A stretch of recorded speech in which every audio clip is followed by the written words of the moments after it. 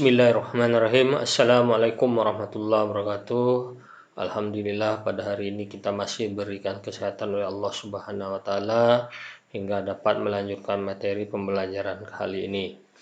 Pada pertemuan kali ini kita akan melanjutkan materi kita yang minggu kemarin, yaitu membahas tentang persatuan dan kesatuan.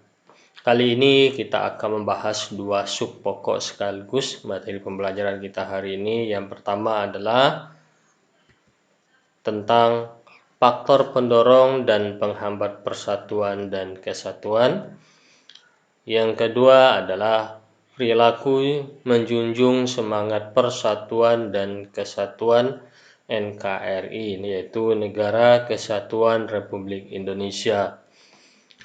Materi ini mencakup ada 4 cakupan. Yang pertama adalah faktor pendorong persatuan dan kesatuan, faktor penghambat persatuan dan kesatuan, pentingnya mewujudkan persatuan dan kesatuan NKRI. Yang keempat, mewujudkan sikap penjagaan persatuan dan kesatuan dalam NKRI. Materi ini dapat disimak di dalam buku paket Kemendikbud kelas 11 dan juga dapat dilihat di dalam buku PR PPKN kelas 11 yang diterbitkan oleh PT Intan Pariwara, dan juga dapat dilihat juga di buku PPKN kelas 11 yang diterbitkan oleh CP Grahadi. Yang pertama adalah faktor pendorong dan penghambat persatuan dan kesatuan. Faktor pendorong persatuan dan kesatuan yang terdiri dari faktor sejarah yang menimbulkan rasa senasib dan seperjuangan. Kita tidak pungkiri bahwa negara kita pernah dijajah oleh negara-negara seperti Belanda, Inggris, Jepang. Namun yang terlama dalam menjajah negara kita adalah Belanda dan Jepang. Konon Belanda menjajah Indonesia selama 350 tahun atau yang kita kenal dengan 3,5 abad, dan Jepang 3 tahun lebih menjajah negara Indonesia. Karena faktor sejarah yang sama inilah maka terbentuklah namanya negara Indonesia, yaitu negara yang sama-sama dijajah oleh negara Belanda dan Jepang. Kemudian, keinginan untuk bersatu di kalangan bangsa Indonesia sebagaimana yang dinyatakan dalam Sumpah Pemuda 28 Oktober 1908, bahwa Sumpah Pemuda ini adalah tonggak lahirnya persatuan dan kesatuan Indonesia, di mana di sana kita mempunyai ikrar untuk menyatakan bahwa kita ini adalah tanah air satu, bangsa negara Indonesia bangsa yang satu, dan kita mempunyai bahasa yang satu, yaitu bahasa Indonesia. Rasa cinta tanah air di kalangan bangsa Indonesia. Maka rasa cinta ini diimplementasikan dalam bentuk selalu menggunakan produksi dalam negeri dan selalu dan bangga menjadi bangsa Indonesia dan selalu menggunakan bahasa Indonesia sebagai bahasa komunikasi kita dalam menjaga persatuan dan kesatuan.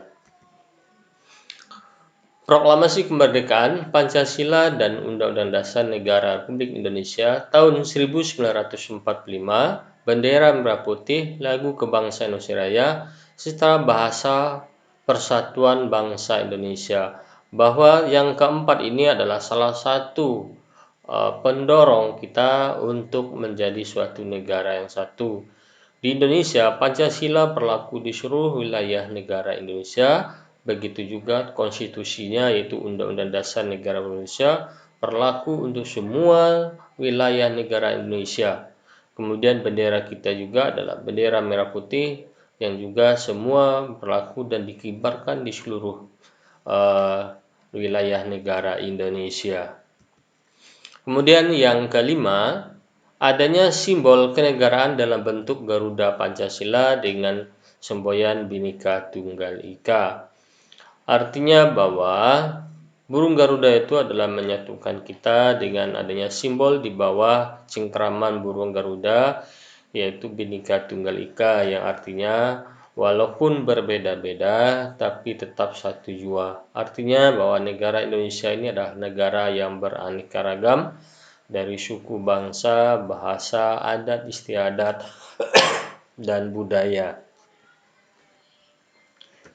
Kemudian pengembangan budaya gotong royong yang merupakan ciri khas kepribadian bangsa Indonesia secara turun-temurun. Bahwa prinsip gotong royong itu sampai sekarang alhamdulillah masih kita lihat di tengah-tengah masyarakat kita, terutama di masyarakat pinggiran kota dan masyarakat yang ada di daerah. Sesuatu tidak akan bisa kita lakukan kalau dilakukan sendiri-sendiri apapun bentuknya. Maka perbuatan yang bersifat kemasyarakatan itu bisa kita wujudkan dengan cara melakukan gotong royong. Maka suatu pekerjaan akan cepat selesai kalau dilakukan secara bersama-sama ataupun gotong royong. Kemudian faktor penghambat persatuan dan kesatuan. Yang pertama adalah masyarakat Indonesia yang heterogenis, artinya yang beraneka ragam. Tentu dengan manusia yang beraneka ragam ini pasti adanya perbedaan-perbedaan, permintaan-permintaan yang pasti berbeda antara daerah satu dengan daerah yang lain. Terutama tentang adat istiadat dan budayanya yang beraneka ragam. Mungkin ini juga menjadi salah satu penghambat dalam pembentukan persatuan dan kesatuan, sehingga persatuan dan kesatuan itu biasanya ada checklist ataupun ada sedikit gesekan akibat dari mungkin budaya dan adat kita yang tidak sama. Kurangnya kesadaran akan gangguan dari luar. Kita selama ini tidak sadar bahwa gangguan-gangguan itu dapat datang dari dalam maupun dari luar. Dari luar mungkin selama ini kita tidak mengetahui bahwa dulu memang negara kita dijajah oleh musuh kita, oleh negara lain seperti Belanda dan Jepang yang menggunakan persenjataan atau sistem militer. Namun sekarang bahwa gangguan itu banyak masuk ke negara kita melalui media-media sosial yang kita gunakan. Kemudian gangguan juga dapat berupa gangguan dalam bidang keamanan, pertahanan dan sebagainya. Ancaman, tantangan, hambatan, dan gangguan yang merorong keutuhan NKRI. Bahwa mungkin selama ini ada siswa-siswiku yang menyimak di media televisi atau media sosial lainnya bahwa salah satu daerah kita yaitu Provinsi Papua atau Irian Jaya sekarang lagi ada gangguan keamanan yang dilakukan oleh sekelompok masyarakat yang menamai dirinya OPM atau Organisasi Papua Merdeka yang ingin melepaskan diri dari Negara Kesatuan Republik Indonesia. Apa yang dilakukan oleh EPM itu adalah salah satu ancaman, tantangan, hambatan yang mengganggu persatuan dan kesatuan bangsa. Akibat dari itu semua tentu akan merugikan wilayah Papua itu sendiri. Kenapa? Karena di Papua tidak akan bisa berlangsung pembangunan dengan baik kalau ada hambatan gangguan seperti itu. Maka dikhawatirkan Papua akan terus ke belakang dari segi ekonomi, sosial, budaya kalau gangguan ini tidak dapat diatasi dengan baik.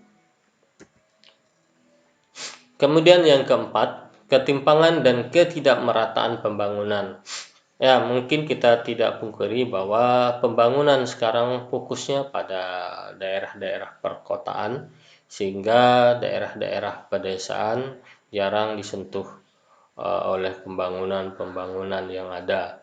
Salah satu contohnya adalah pembangunan dalam bidang transportasi darat, bahwa di wilayah kita khususnya Kalimantan Barat ini kalau dilihat transportasi untuk daerah perkotaan alhamdulillah sudah bagus, namun daerah-daerah pedesaan sampai sekarang masih banyak jalan-jalan yang sampai detik sekarang belum ada aspal, bahkan masih menggunakan tanah kuning. Itu salah satu tidak meratanya pembangunan dalam bidang transportasi. Maka dikhawatirkan akan terjadi ketimpangan-ketimpangan dalam pembangunan hingga bisa memicu pecahnya persatuan dan kesatuan, terutama di daerah-daerah Kalimantan Barat yang berbatasan dengan negara tetangga kita Malaysia. Sampai sekarang pembangunan di sana belum merata, maka diharapkan untuk pemerintah untuk memperhatikan daerah-daerah perbatasan supaya rasa persatuan kita NKRI tetap utuh, hingga warga negara kita yang ada di perbatasan tidak terkontaminasi dengan budaya, dengan kegiatan-kegiatan yang bersifat memecahkan persatuan dan kesatuan di daerah-daerah perbatasan. Paham etnosentrisme, artinya paham ini adalah paham yang mengagungkan sukunya lebih baik dibandingkan suku orang lain. Nah, ini juga kita tidak boleh mengagung-agungkan suku kita, kelompok kita, karena kita diciptakan sama. Kebetulan saja kita ini dalam berbagai macam. Nah, itulah namanya Indonesia. Indonesia ini adalah Indonesia yang diciptakan oleh Tuhan dengan cara beraneka ragam. Membeda-bedakan suku, agama, ras, dan antar golongan. Biasanya bahwa penghambat dari persatuan dan kesatuan ini, kita selalu membeda-bedakan antara orang yang satu dengan yang lainnya, terutama yang berkaitan dengan ras. Bahwa kita tidak pungkiri bahwa Allah menciptakan kita ini kan bersuku-suku, berbangsa-bangsa, tidak lain tidak bukan adalah untuk saling mengenal dan saling menjaga kebersamaan. Bahwa kita boleh fanatik terhadap agama kita, tapi ingat, agama kita adalah untuk menuntun kita di akhirat dunia dan akhirat, maka tidak boleh menjelek-jelekkan agama orang lain. Begitu juga ras dan suku, kita tidak boleh menjelek-jelekan suku atau ras orang lain. Kita diciptakan sama, kita diciptakan utuh, yaitu di negara kesatuan Republik Indonesia. Melakukan pelanggaran HAM. Ya, pelanggaran HAM ini banyak terjadi juga, terutama dalam bidang penegakan hukum negara kita. Maka diharapkan kepada para penegakan hukum untuk selalu memperhatikan prinsip-prinsip hak asasi manusia, sehingga ini juga ditakutkan akan menghambat persatuan dan kesatuan kita. Kesenjangan sosial yang mencolok.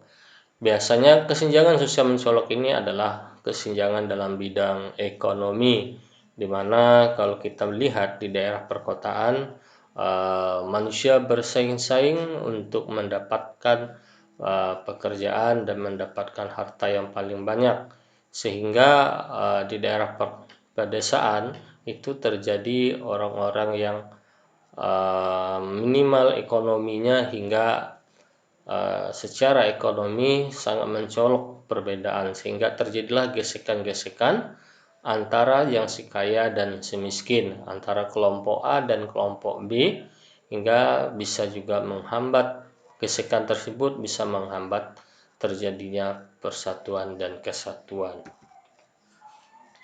Kurangnya toleransi. Ya, toleransi ini kalau di tingkat pedesaan itu toleransi sangat menghargai.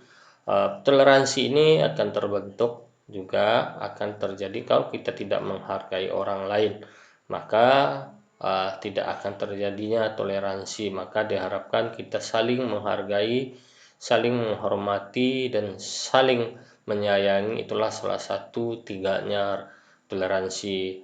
Maka kalau kurangnya toleransi, maka persatuan dan kesatuan kita dapat terhambat. Perilaku menjunjung semangat persatuan dan kesatuan NKRI. Pentingnya mewujudkan persatuan dan kesatuan NKRI.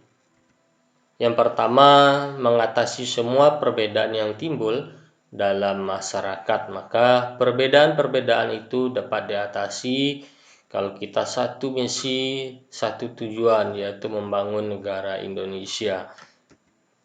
Kemudian memperlancar pembangunan nasional. Apabila persatuan dan kesatuan itu terbentuk, maka pembangunan akan berjalan dengan baik, berjalan dengan aman, maka Indonesia akan lebih maju lagi sebagaimana yang dicita-citakan di dalam Undang-Undang Dasar Negara Republik Indonesia tahun 1945, yaitu menciptakan suatu masyarakat adil dan makmur. Mempermudah mencapai tujuan sesuai dengan amanah Undang-Undang Dasar Negara Republik Indonesia 1945 sebagaimana yang Bapak sampaikan tadi. Terwujudnya kehidupan yang seimbang, harmonis, dan serasi. Persatuan dan kesatuan itu terbentuk, maka akan terciptalah keseimbangan hidup. Kemudian harmonisasi dan serasi, harmonisasi antara pemerintah, antara masyarakat, dan semuanya menjadi satu dan saling mendukung. Hingga apapun kebijakan-kebijakan yang diambil oleh pemerintah dapat diimplementasikan oleh masyarakat dengan baik. Itulah yang disebut dengan harmonis. Kemudian seimbang antara pemerintah daerah, pemerintah pusat, dan antara pembangunan di daerah, di perkotaan dan pembangunan di pedesaan itu diharapkan seimbang, sehingga tidak ada lagi nanti nama istilah urbanisasi atau perpindahan penduduk dari desa ke kota, hingga terjadilah kepadatan penduduk.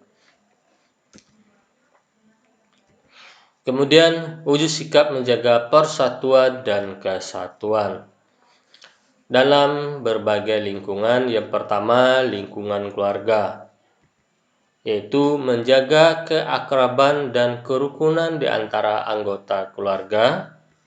Kemudian menghargai perbedaan pendapat di antara golongan keluarga.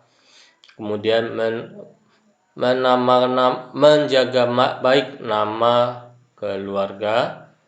Kemudian 4, saling membantu antar anggota keluarga, saling menyayangi dan menghormati antar keluarga.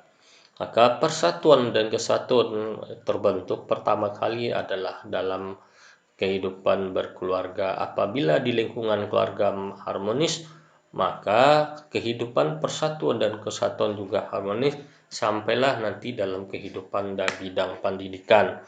Di lingkungan sekolah, maka kita harus saling menghormati antar teman, menghargai perbedaan pendapat antara teman di sekolah, menghormati semua warga sekolah, saling menolong dengan teman, kemudian bekerja sama dalam lingkungan sekolah.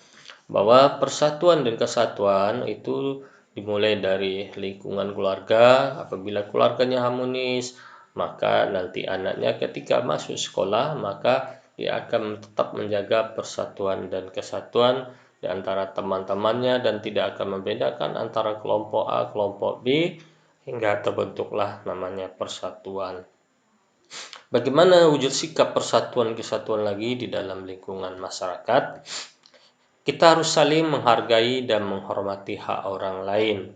Setiap orang itu mempunyai haknya masing-masing, maka kita mempunyai kewajiban untuk menghormati hak orang lain, terutama kehidupan dalam bermasyarakat. Hidup rukun dengan semangat kekeluargaan antar masyarakat ini perlu dijalin melalui hidup musyawarah rukun, biasanya dalam bentuk gotong royong, membersihkan lingkungan, dan sebagainya. Bergaul dengan sesama warga masyarakat tanpa membeda-bedakan agama, ras, suku, ataupun golongan. Ikut serta dalam kegiatan gotong royong, menyelesaikan masalah bersama-sama dalam lingkungan masyarakat. Demikianlah materi hari ini Bapak sampaikan. Mudah-mudahan materi ini bermanfaat untuk Bapak pribadi dan juga bermanfaat untuk anakku semuanya. Atas perhatiannya Bapak ucapkan terima kasih. Assalamualaikum warahmatullahi wabarakatuh.